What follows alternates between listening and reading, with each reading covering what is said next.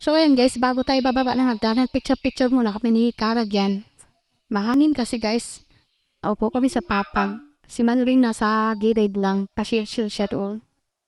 Ayan. At ayan na nga, pababa na tayo sa hagdanan. Ayan yung hagdanan galing sa rooftop guys. Paikot. Ano lang, sikip lang. Ayan, so naglalakad na ako papunta sa labasan sa highway. At tatawid tayo din guys, maraming sasakyan, nakakatakot tumawid. So ayan po, naglalakad na tayo at hindi tayo nakapokus in terms sa ano na kasi siyempre naglalakad tayo at may mga sasakyan baka mamaya mabubulo tayo dyan. So ayan po, wala ganong tao. 5, ano na yan, 5:58 na yan dyan guys. No, 5:58 na yan. So ayan po, nakita tayo ng mga tukutin. So bumili lang ako ng pastillas ni Kara at icing dyan.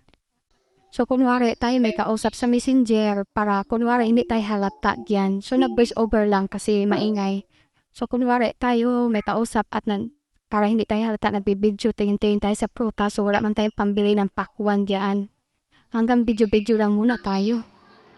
Para may makontent lang, no? So, ayan.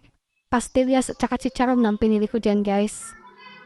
So, napunta na naman ako doon sa may tuyo. May ano pa si Jente na pana maliliit at laing na maliliit ay laing.